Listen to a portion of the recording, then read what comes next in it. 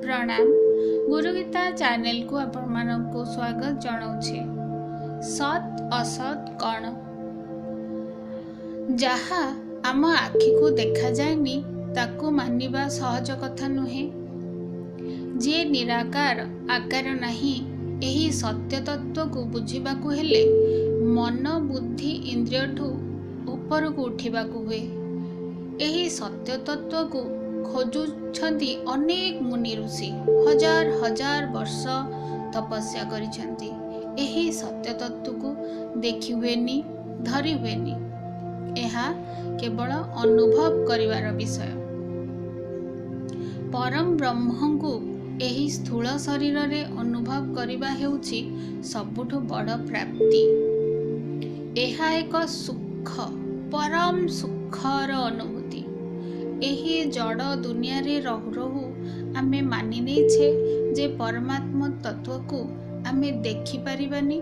देखिबार ये तो जिनिस ही नुहे, पाइबार मध्य जिनिस नुहे, प्राप्तिर जिनिस यह नुहे।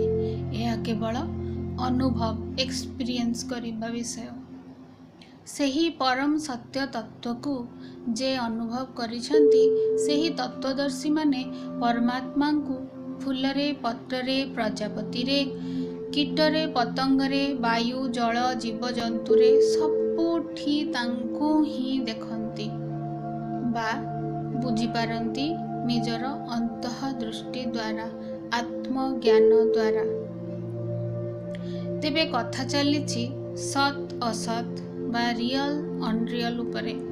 भगवान अर्जुन को बुझाउछंती अध्याय 2 श्लोक 17 रु 20 मध्य। चलतु शुणिबा श्लोक 17।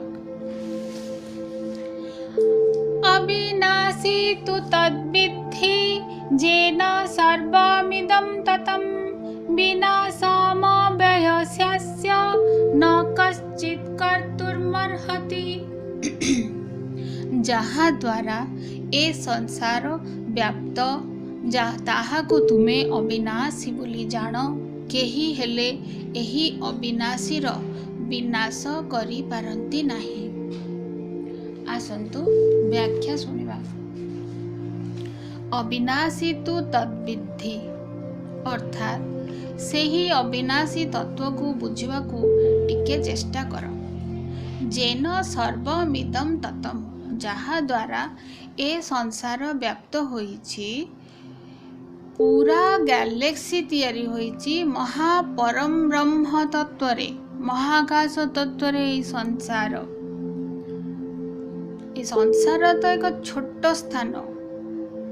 महाकाश तत्व द्वारा जो जिनिस बा वस्तु तैयारी, ताहाकू कौन केही मारी पारिबे बा नष्ट करि पारिबे?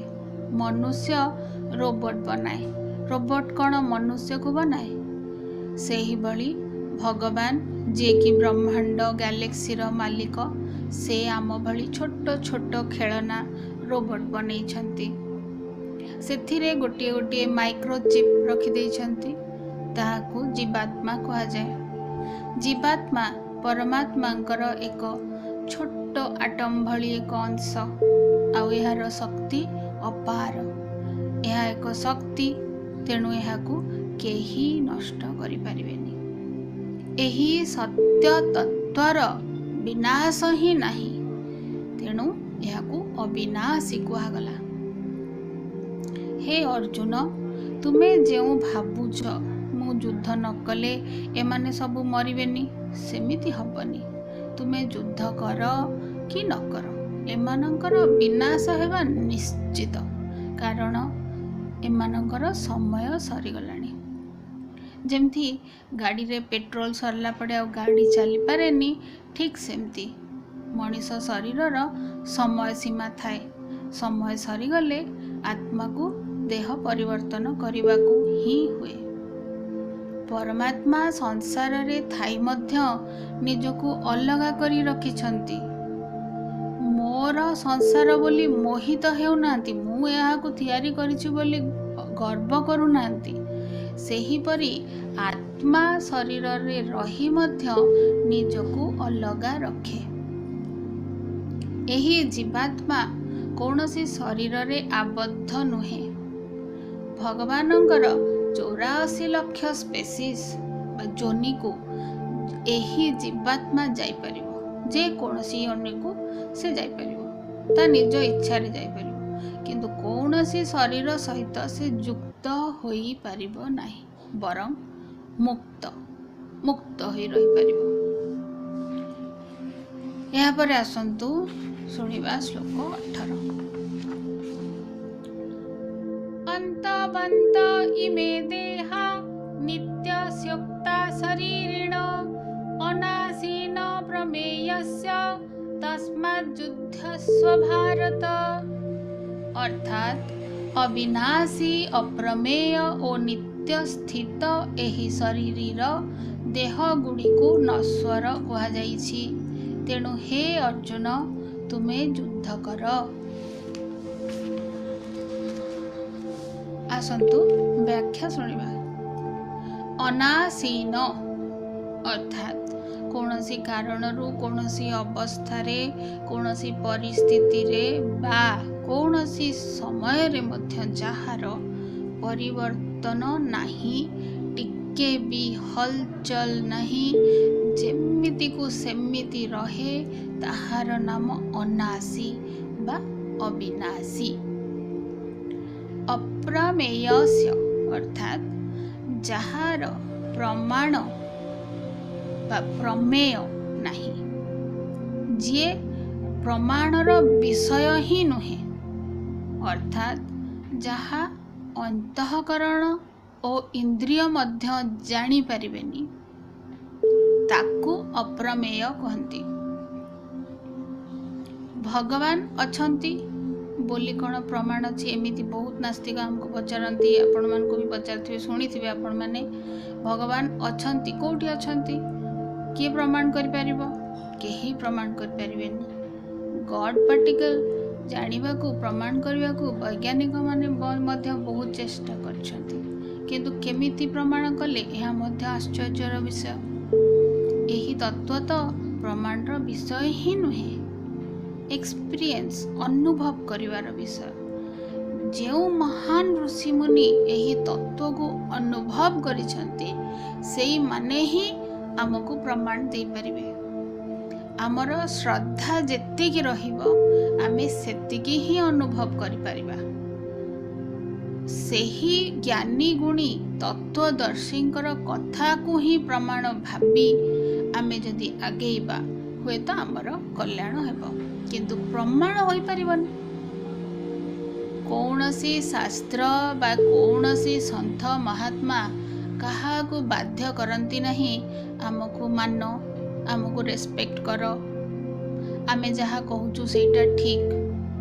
रेस्पेक्ट करिबा बा मानिबा रे प्रत्येक लोक स्वतंत्र। अंतवंत इमे देहा, यार अर्थात एही जेउ जीवात्मा जेते प्रकार शरीर धारण करू पछे संसार रे 84 लाख प्रकार स्पेसीज रो जीवजंतु आदि अछंती, समस्तंकर अंत सुनिश्चित। जेते प्रकार योनि स्पेसीस रे जन्म हेले भी से शरीर जो शरीर भी धारण करू, कीट पतंग फूल गछ जेकोसी योनि रे से धारण करू, अंत हब। प्रत्येक क्षण अंत हो चली, जन्म मध्य होउची। आखि को देखा जाउथिबा समस्त शरीर नाशवान। आमे जो स्थूल आखि रे देखू सबू नष्ट हुए, अहरह प्रति क्षण बदली चलची, किंतु आत्मा ए शरीर को धारण करे। ए शरीर आत्मा को धारण करेनी। आत्मा बा जीवात्मा शरीर को चलाए, शरीर जीवात्मा को चलाएनी। ଯେତେବେଳେ ଏହି ଆତ୍ମାର ମୁଁ ଭାବ ଜାତ ହୁଏ, ସେ ଶରୀରକୁ ହିଁ ମୁଁ ମାନିନିଏ। ସେ ଭାବେ ଏ ଶରୀର ହେଉଛି ମୁଁ। କାରଣ ଶରୀରରେ ଅନେକ ଅନେକ ଜନ୍ମର ଇଚ୍ଛା ଆକାଂକ୍ଷା ସବୁ ଲୁଚି ରହିଥାଏ। ତାକୁ ପାଇବା ପାଇଁ ଆତ୍ମା ଏକ ଶରୀର ଧାରଣ କରେ। ଏ ଜନ୍ମରେ ଯଦି ସେଇ ଇଚ୍ଛା କିମ୍ବା ଆକାଂକ୍ଷା ପୁରା ନ ହେଇପାରିଲା, ସେ ଅନ୍ୟ ଜନ୍ମରେ ପୁରା କରେ। ଆତ୍ମା ବା କାରଣ ଶରୀର, କଜାଲ ବଡି, ଆକାଶ ତତ୍ଵରେ ତିଆରି। ସେହି ଆକାଶ ତତ୍ଵରେ ଯେଉଁ ଇଚ୍ଛା ଆକାଂକ୍ଷାଟା ଅତି ମାତ୍ରାରେ ଯେତେବେଳେ ରହିଯାଏ, ବିକାର ସୃଷ୍ଟି ହୁଏ। ଅହଂ ଭାବ ବଢ଼ି ବଢ଼ି ଚାଲେ। ବିକାର କହିଲେ କ'ଣ? ସେ ଭିତରେ ସେଇ ଅହଙ୍କାରର, ଇଚ୍ଛାର ସେଟା ବିକାର ହୁଏ। ସେଥିରେ କ'ଣ ପତନ ହୁଏ? ପତନ ହୁଏନି। ଗୋଟେ ହିସାବ କିତାବ, ତମ ଗୁଣ, ସତଗୁଣ, ଏଇଭଳି ସବୁ ଗୁଣ ସେ ଭିତରେ ରହିଯାଏ। ସଂସ୍କାର ସେ ଭିତରେ ରହେ କାରଣ ଶରୀରରେ, କଜଲ ବଡିରେ।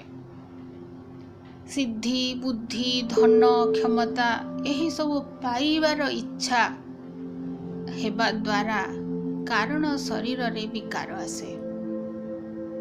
ପତନ ହୁଏନି, ବିକାର ଆସେ। ବିକାର ହେବା ଦ୍ୱାରା ଅନେକ ରୋଗ ଶୋକ ଆମକୁ ଭୋଗିବାକୁ ପଡ଼େ। ଭଗବାନ ଅହରହ ଆତ୍ମାକୁ ଗାଇଡ୍ କରନ୍ତି। କାଳେ କିଛି ଅସୁବିଧା ହେଇଯିବ, ସେଥିପାଇଁ ଆତ୍ମାକୁ ଭଗବାନ ହିଁ ଗାଇଡ୍ କରନ୍ତି। ଯେଉଁମାନେ ବିବେକ ବୁଦ୍ଧିର କଥା ମାନି ଚାଲନ୍ତି, ମନକୁ ନିଜ ବଶରେ ରଖନ୍ତି, ମନ ନିଗ୍ରହ, କଣ୍ଟ୍ରୋଲରେ ରଖନ୍ତି ନିଜ ମନକୁ, ସେମାନେ ମୋହ ଶୋକରୁ, ରୋଗରୁ ଉପରକୁ ଉଠି କର୍ମ କରନ୍ତି। ତେଣୁ ହେ ଅର୍ଜୁନ, ତୁମେ ଏହି ସତ୍ ଅସତ୍କୁ ଠିକ୍ ଭାବେ ବୁଝି କାମ କର। ଅର୍ଥାତ୍ ତୁମେ ତୁମ କର୍ତ୍ତବ୍ୟ ପାଳନ କର, ଯୁଦ୍ଧ କର। ଏହାପରେ ଶ୍ଲୋକ 19। ଜୟେनं ବେତି ହନ୍ତାରಂ ଯଶ୍ଚୈनं ମନ୍ୟତେ ହତମ୍ ଉଭौ ତୌ ନ ବିଜାନୀतो ନାୟಂ ହନ୍ତି ନ ହନ୍ୟତେ।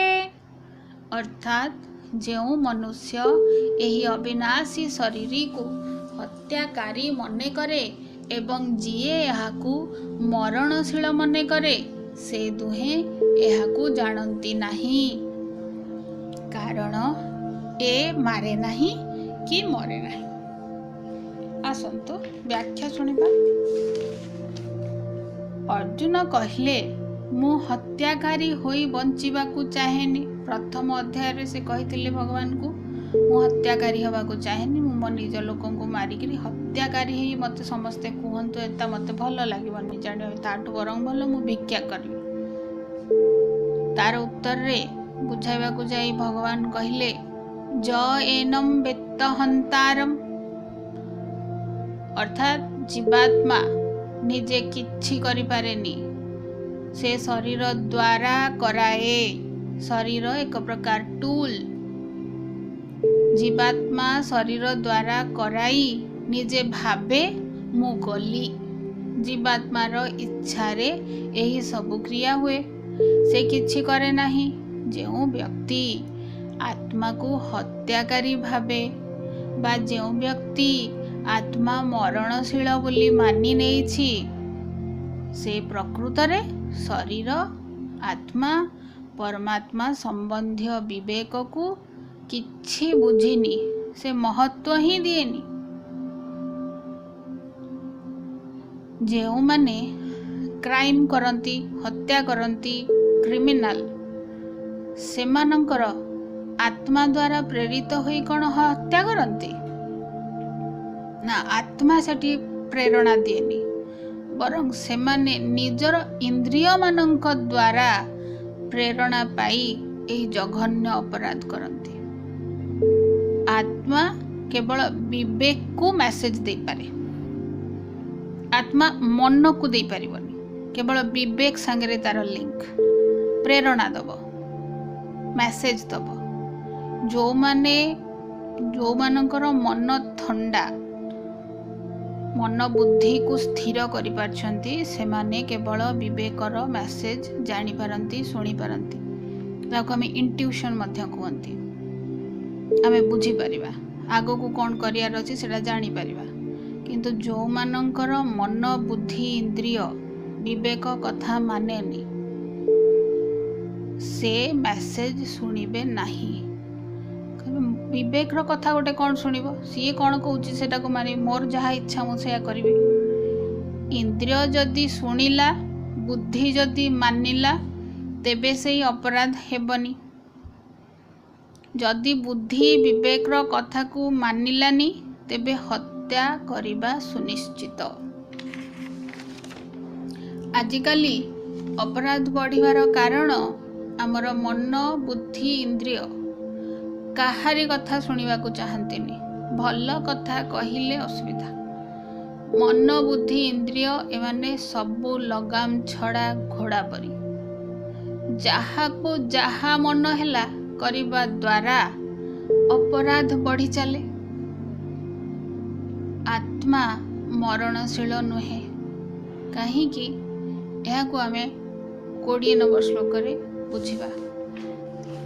श्लोक 20 न जायते म्रियते वा कदाचिन्नायं भूत्वा भविता वा न भूय अजो नित्य शाश्वतोऽयं पुराण न हन्यते हन्यमाने शरीरे।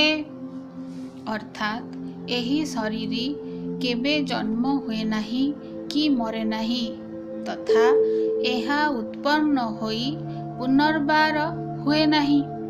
यह जन्म रहित नित्य शाश्वत ओ पुराण अनादि अटे। शरीर को मारिदेले मध्य ए मरे नहीं। आसंतु यार व्याख्या सुनिबा। शरीर को 6टी स्टेज देई जीवाकू हुए। जन्म तापरे बाल्य अवस्था किशोर अवस्था यौवन अवस्था वृद्ध अवस्था एवं मृत्यु अवस्था 6टी स्टेज। किंतु जीवात्मार जन्म नहीं कि मृत्यु मध्य नहीं। यह सनातन। एही जीवात्मा विकार शून्य। जीवात्मा जन्म और मृत्यु रहित। एहार आदि ओ अंत नहीं। चिरस्थायी एवं यार क्षय मध्य नहीं। से नित्य शाश्वत होइथिबारु से अति पवित्र अमर।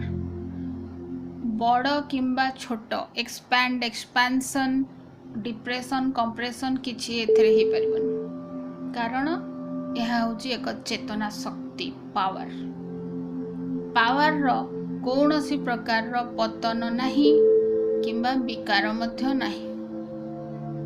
अर्जुन कहूथिले जे मृत्यु परे पितृगणकर आत्मा पिंड पानी न पाइले तांकर पतन ही जीव। प्रथम अध्याय रे कहछन पितृलोकरु खसी आसीबे ताहाकू बुझाइबा को जाई भगवान कहले तुमर गुरुजन और पितामह आदिंकर शरीर ही नष्ट हम। शरीर नष्ट हम तांकर आत्मार किछि हबनी। आत्मा नष्टशील नुहे कारण तांकर आत्मा शाश्वत अजर अमर। शरीर न रहिले मध्य एही आत्मार किछि भी क्षति हबनी। पतन हेबार प्रश्न ही उठुनी। तेणु अर्जुन तुमे युद्ध रे किए मरिबे न मरिबे ता पई शोक छाड़। पितृलोकंकर कौन हेब तार शोक मध्य छाड़। निजर कर्तव्य करि चल। निजर विवेकर शक्ति को जागृत करी आत्मज्ञान प्राप्त कर। सत असत बुझी काम कर एवं युद्ध कर। असत्र सत्ता नहीं सत्र सत्ता ही विद्यमान। सत्य को स्वीकार करिबा साधकर कर्तव्य। आम मानकर कर्तव्य ही सेया सत्य को स्वीकार करिबा। अनुभव हेउ बा न हेउ साधक को सत्य स्वीकार करिबा को ही हब। परमात्मा सह अहरह मन प्राण युक्त करी कर्तव्य करि चलिले ହୁଏତ ଏହି ମାୟାବୀ ସଂସାର ବିଷୟରେ କିଛି ମାତ୍ରାରେ ବୁଝିହେବ। ଆଜି ପାଇଁ ଏତିକି। ଓମ୍ ତତ୍ସତ୍।